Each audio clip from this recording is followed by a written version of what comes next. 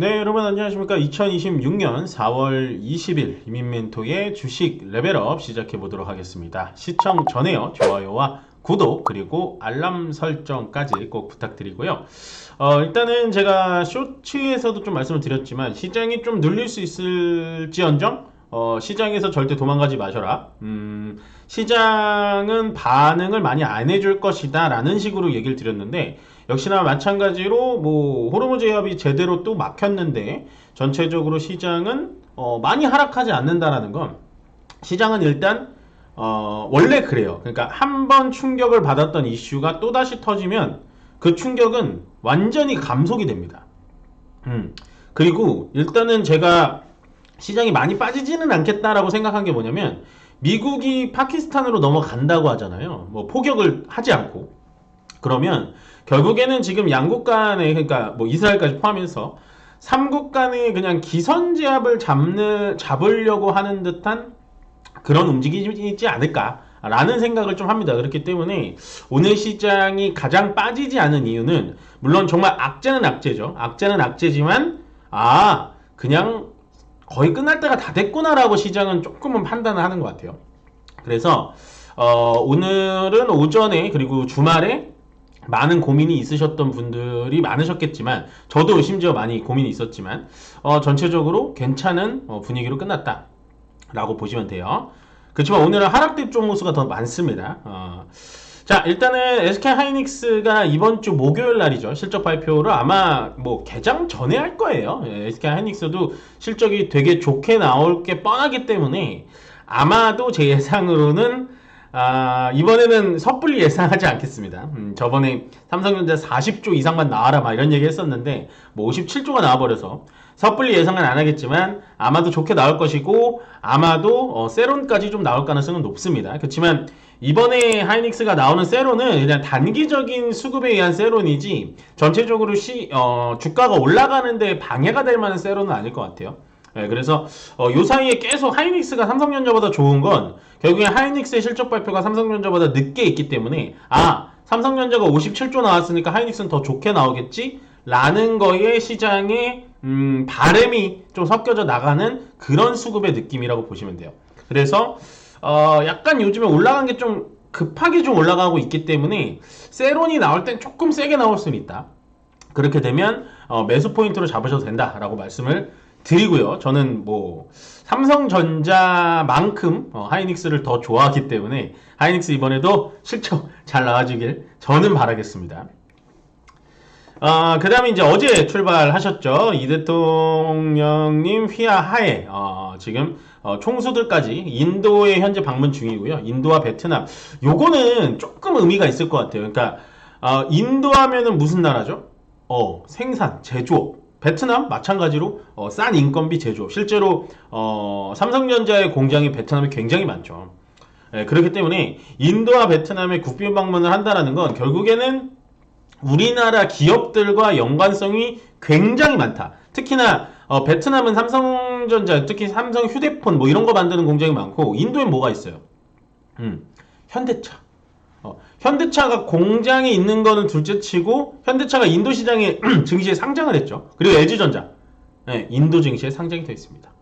그러니까 인도와 베트남의 국빈 방문은 물론 현재 이재명 대통령만 간 게 아니라 삼성전자 이주영 회장, 그 다음에 SK 회장 최태원 회장님, 그 다음에 LG 회장님, 효성, 그 다음에 정의선 현대차 회장님까지 같이 동반으로 방문을 했기 때문에 어느 정도의 시너지가 좀 나올 수 있지 않을까. 근데 이제 주가가 크게 올라갈 만한 재료가 뭐가 나올 거냐라는 거는 조금 의문을 들만 한데 그래도 요거는 좀 시너지가 있을 거다. 제가 방금 말씀드린 삼성전자, LG, SK, 현대차, 효성까지 보시는 게 좋다. 그래서 요거는 뉴스가 좀 특이하게 나올 때마다 제가 레벨업 시간에 꼭 말씀드릴게요.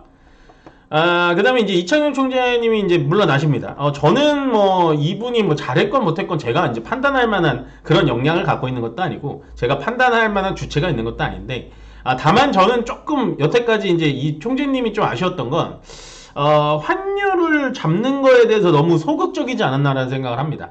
솔직히 말해서 지금은 뭐 이제 외부적인 변수로 인해서 환율이 많이 올라갔지만 실질적으로 환율이 폭등을 할 때 좀 적극적으로 한국은행이 좀 도와줬어야 되지 않을까라는 아쉬움이 남지만 거기까지만 말씀드리겠습니다. 그래서 일단은 이창현 총재님 마무리 짓고 지금 신현송 신임 총재님이 들어오셔야 되는데 아마 지금 이 청문회에서 좀 통과를 못 하시는 것 같아요. 뭐 그거는 뭐 왈가왈부할 일은 없겠지만 만약에 총재가 공석인 자리로 진행이 된다 그래도 크게 관계는 없습니다. 사실은 뭐 총재란 자리가 중요하지 않다라는 말씀을 드리는 게 아니라 일단은 검증을 할 거는 하고 넘어가야 된다는 게 제 생각이기 때문에 일단 이창현 총재님 정말 고생 많으셨고요. 만약에 신임으로 들어오시는 신현송 총재님께도 꼭 우리나라의 전체적인 환율이라든지 국고 뭐 이런 것들에 대해서 조금 관리를 잘 해주셨으면 좋겠다라고 말씀을 전하고 싶었습니다.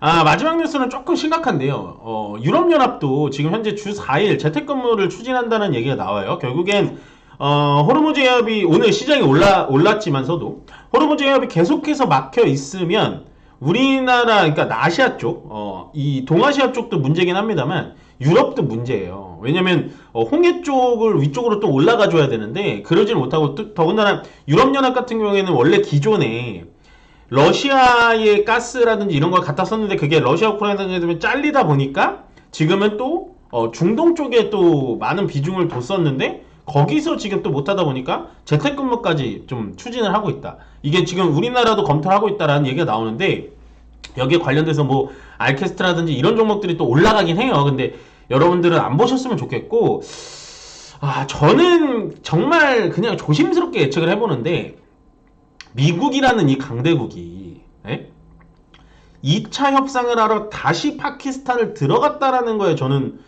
조금 무게감이 실리거든요. 그러니까 첫 번째는 파키스탄에서 만나서 얘기를 할 수 있는데 지금 또 얘기가 잘 안 되고 또 어느 정도 진행이 되다 보니까 또 넘어간 거거든요. 이게 우리가 그냥 개인적으로 협상하는 걸로 생각하시면 안 되고요. 협상단이 들어간다라는 건 어느 정도 사전에 조율이 되어 있다라는 겁니다. 그 조율이 되어 있는 상태에서 협상이 완결이 나면 그때부터 트럼프 대통령 같은 사람들이 이제 발표를 연설을 하는 거죠. 그래서 2차적으로 지금 파키스탄에 들어갔다라는 건 한 60% 70% 정도 얘기가 된 거 아닐까라는 생각을 해요. 그래서 재택근무 관련된 종목을 살까요? 이런 분들도 있기 때문에 제가 이걸 갖고 왔는데 올라가면 좋죠. 근데 이거는 어떻게 보면은 그냥 탁 던져가지고 홀짝 맞추는 수준밖에 안 되기 때문에 저는 이런 거는 별로 추천드리고 싶진 않다라는 말씀을 좀 전해드리고요. 자, 그 다음에 강세업종과 약세업종 보겠습니다. 강세업종에 제가 원래 오늘 사실 제일 강했던 건 양자암호인데 2차전지를 가장 먼저 꺼냈죠. 왜냐?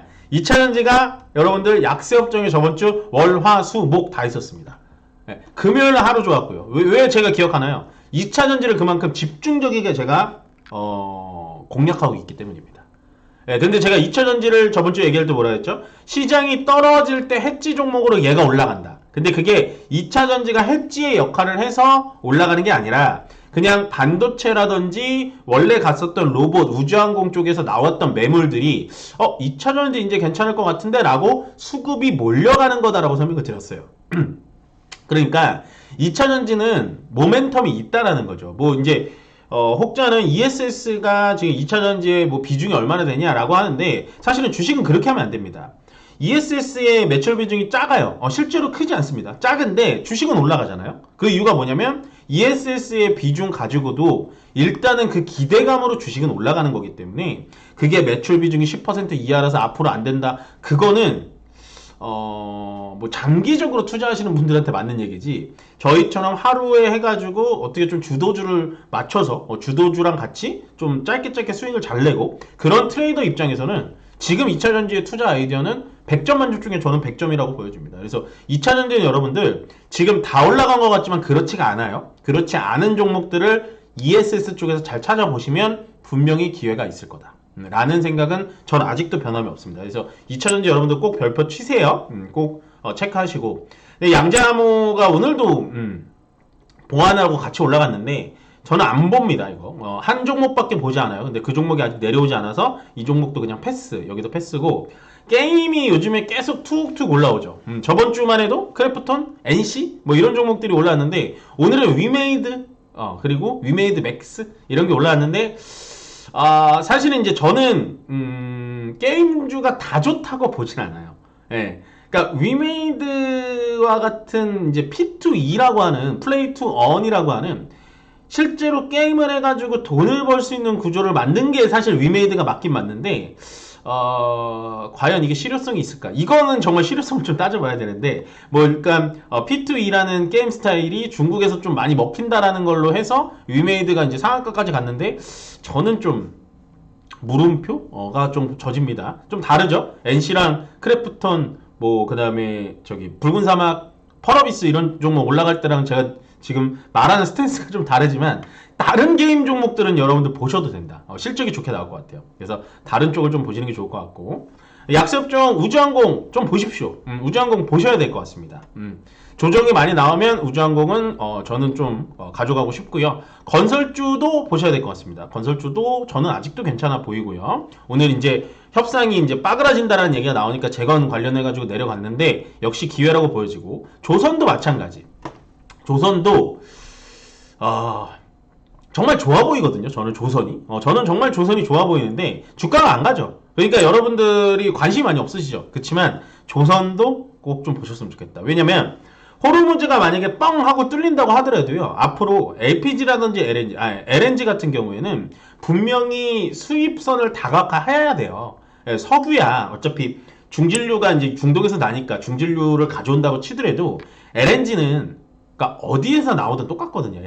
LNG는 똑같아요. 그렇기 때문에 이번에 카타르가 완전 망가지면서 중동 쪽의 LNG보다도 뭐 호주라든지 정말 미국의 알래스카는 우리나라에서 더 가깝거든요. 그래서 미국의 알래스카까지 만약에 노려본다면 조선에 관련된 LNG선들을 우리나라가 되게 잘 만들어요. 그래서 LNG라든지 FLNG 쪽은 분명히 여러분들 기회가 있을 거다. 지금 이렇게 재미없다고 내팽겨줄 게 아니고 지금부터 모아가도 충분히 괜찮다라고 말씀을 드리고 그 다음에 이제 코로나19 저번주에 이제 코로나19 종목들이 금요일날 상한가를 가고 죄송합니다 올라갈 때 제가 이거 좀 찝찝한데요 이건 좀 아닌 것 같은데요 라고 말씀드렸죠. 하루 만에 그냥 바로 물론 올라간 종목도 있지만 하루 만에 다시 내려오는 걸 보면 이 종목은 제가 뭐라 그랬냐면 신규로 들어가시는 건 절대 금물이고 그냥 물려 계셨던 분들이 매도하고 나올 만한 그런 섹터다. 절대로 하지 마셔라 라고 말씀을 드렸으니까 이렇게 정리 드리고요.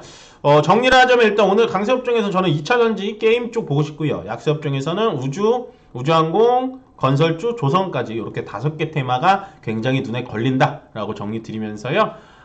끝으로 좋아요와 구독 그리고 알람 설정은 저에게 많은 힘이 된다 라고 말씀드리면서 저는 내일 다시 뵙도록 하겠습니다. 고맙습니다.